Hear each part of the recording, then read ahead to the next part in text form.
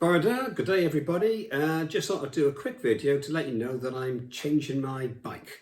I bought my Kawasaki Z650, which I call Lily because she's white, 3 years ago, and she is an awesome machine.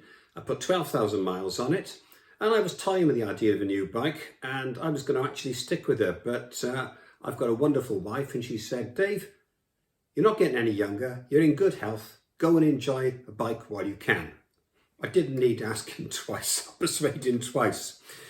So my choice of bike, I was having a look at the various 650s, and what I find in modern bikes, none of them, including my Z650, they don't really set my soul on fire. I think they're quite boring, all the same, very angular.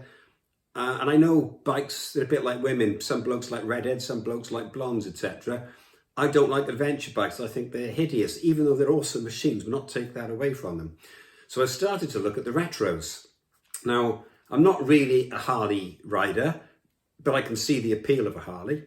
I really like the Z900 RS, but it was out of my budget. And Royal Enfield's beautiful looking bikes, I really like them, but probably not enough power for my sort of riding style.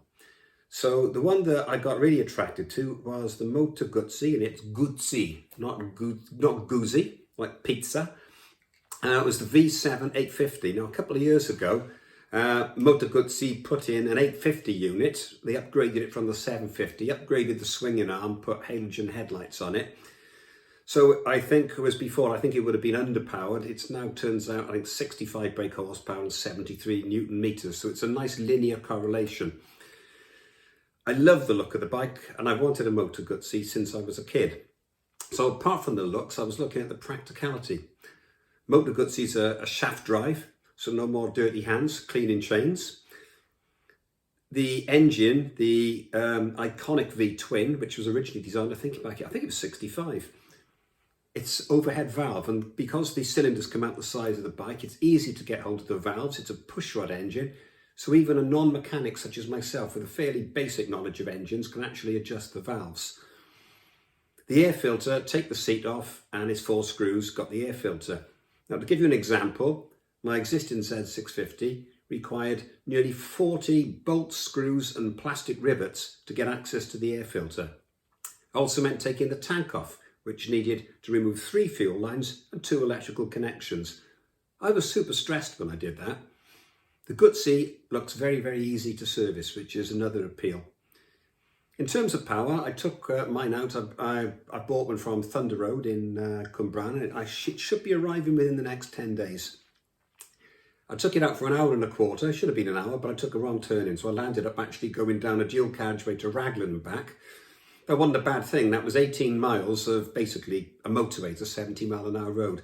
It can easily hold the legal limit, and I was cruising at 85, and no problem whatsoever, which is fast enough for 90% of the time.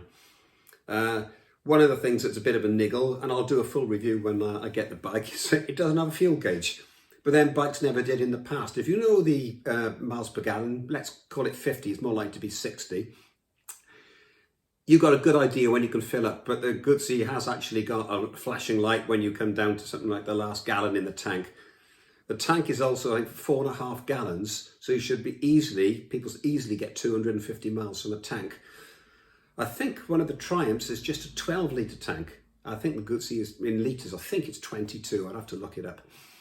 But that's a big practical thing for me, because once I'm on a long trip, I absolutely hate stopping.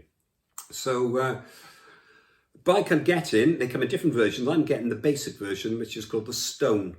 There's a special which has got twin analog clocks, which I really like, and spoked wheels, which look great, but I think alloy wheels are easier to live with.